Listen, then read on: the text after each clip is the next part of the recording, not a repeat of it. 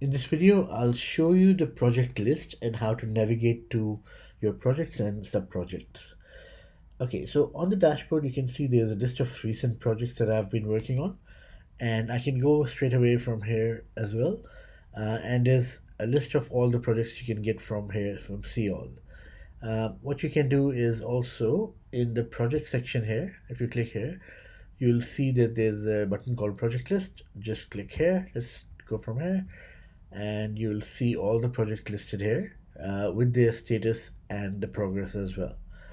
So on this page, you can see who the project is shared with one group and no client portals, who created the project, and they become the admin of the project by default.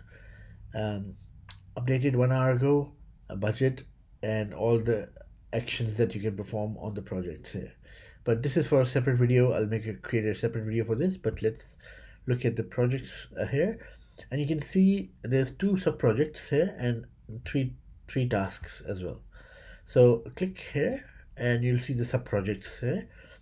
And even you can drill down to the 3rd level. So there's 3 levels of sub-projects here that you can see.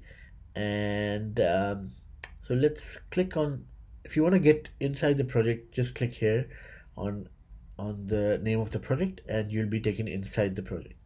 And if you want to go back, if you want to go to the home screen, just click on the home button here and you'll be taken back to the project list.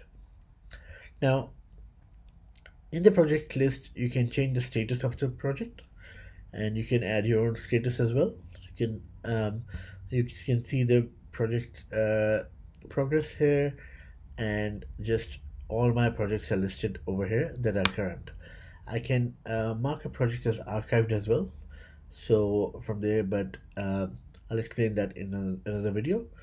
So yeah, so if you want to navigate to that, another thing that I want to add that is really useful is so if you are in your project inside and you want to navigate to another project, you can easily do that by clicking over here, and you can see all the project lists over here and also the sub projects as well. This is really useful to navigate quickly to other projects, and I use it a lot. And this because you have a lot of projects, that's why it gets easy to do this from here. And you can also create sub projects from within this menu like this. And also you can create 1st level projects as well like this.